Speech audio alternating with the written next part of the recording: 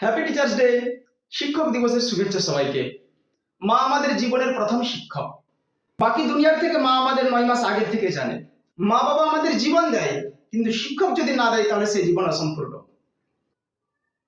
শিক্ষক মোমবাতির মতো। মোমবাতি যেমন নিজে জ্বলে পুড়ে অপরকে আলো দেয়, শিক্ষকও নিজে পুড়ে নিজের প্রজ্ঞা এবং জ্ঞান দিয়ে অপরকে আলোকিত করে তোলে। আমি জ্ঞানী নই, জ্ঞানের প্রেমী। জ্ঞান দিতে বেশি ভালো লাগে না, নিতেই ভালো লাগে। কিন্তু আজকের এই বিশেষ দিনে শিক্ষক দিবসে একজন টিচার হিসেবে কিছু তো বলতেই হয়। তবুও বলতে আমার ভালো লাগে না, আমি শুনতেই বেশি ভালোবাসি। কারণ ভালো বক্তা হতে গেলে ভালো শ্রোতা হতে হয়। তাই সবাইকে রিকোয়েস্ট করব শেষ পর্যন্ত শোনার জন্য। আশা করি সবাই অনেক কিছু বুঝতে পারবে। সময় এবং বোঝার ক্ষমতা দুটাই একসাথে আসে না। যখন সময় থাকে তখন আমরা বুঝি না, আর যখন বুঝি তখন সময় থাকে না।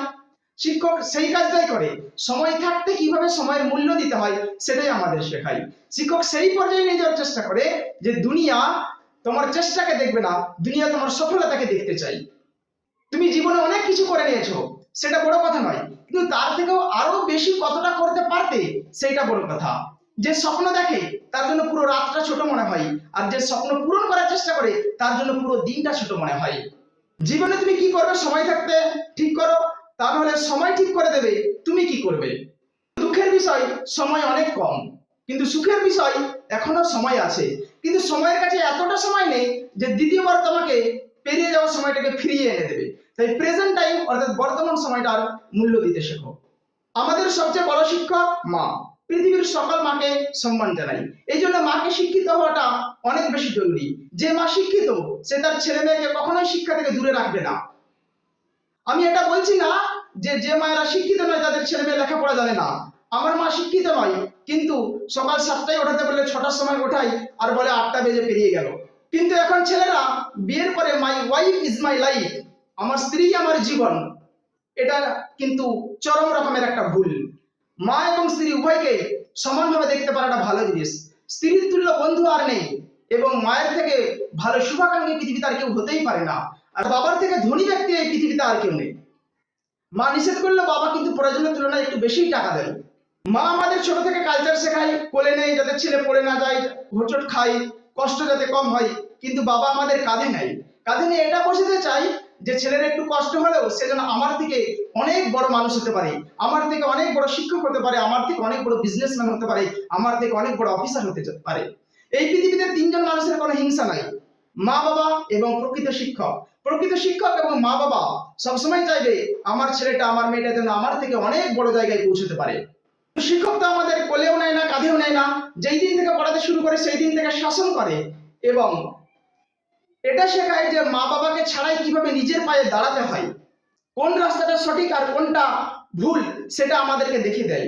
শিক্ষক একটা পথের নেয়, রাস্তা যেমন নিজ অবস্থানে থেকে অপরের গন্তব্যে পৌঁছে দেয়, শিক্ষক মহাশয়ও সেই রকম নিজের অবস্থানে থেকে অপরকে অপরের লক্ষ্যে পৌঁছে দেওয়ার চেষ্টা করে।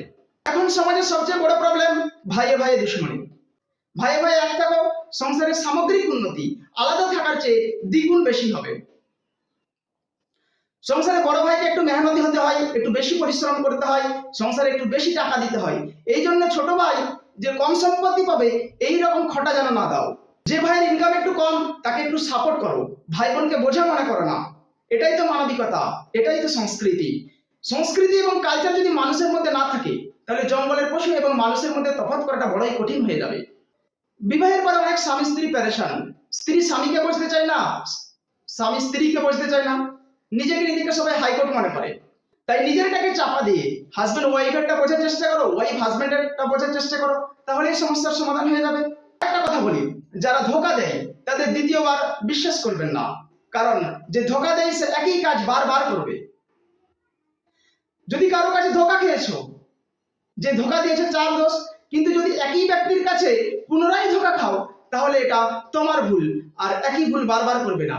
इसलिए समझदारी बहुत जरूरी है। আর জীবনে কনফিডেন্স রাখাটা খুব জরুরি। জীবনে যা চাও কনফিডেন্সের সাথে নিজের লক্ষ্যে পৌঁছানোর চেষ্টা করো। ওভার কনফিডেন্স ভালো নয়।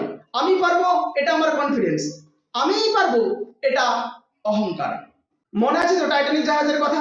টাইটানিক জাহাজ চ্যালেঞ্জ দিয়েছিল কখনোই ডুববে না, কিন্তু আইসবার্গে ধাক্কা লেগে ডুবে গিয়েছিল। অর্থাৎ চ্যালেঞ্জ যতই থাকুক কখনোই অহংকার আসতে দেবে না। ছোটবেলায় পড়েছে তো সুনির্মল বসুর আকাশ আমায় শিক্ষা দিল কবিতাটা। আকাশ আমায় শিক্ষা দিল উদার হতে ভাইরে, কর্মী হবার মন্ত্র আমি বায়ুর কাছে পাইরে। আকাশের মতো উদার হতে হবে, বায়ুর মতো কর্মঠ, সূর্যের মতো তেজস্বী, পাহাড়ের মতো কঠিন, মাঠের মতো দিলখোলা, চাঁদের মতো মিষ্টি। বিশ্বজোড়া পাঠশালা মোর সবার আমি ছাত্র, সারা পৃথিবীটা আমার স্কুল। মন্দির মসজিদ গির্জা যেখানেই ভালো উপদেশ পাবে গ্রহণ করতে পারো। চোর ডাকাত হনুমান মাতাল যে যা বলছে শুনো, সেখান থেকে যদি ভালো উপদেশ পাবে গ্রহণ করতে পারো, খারাপ হলে ফেলে দাও।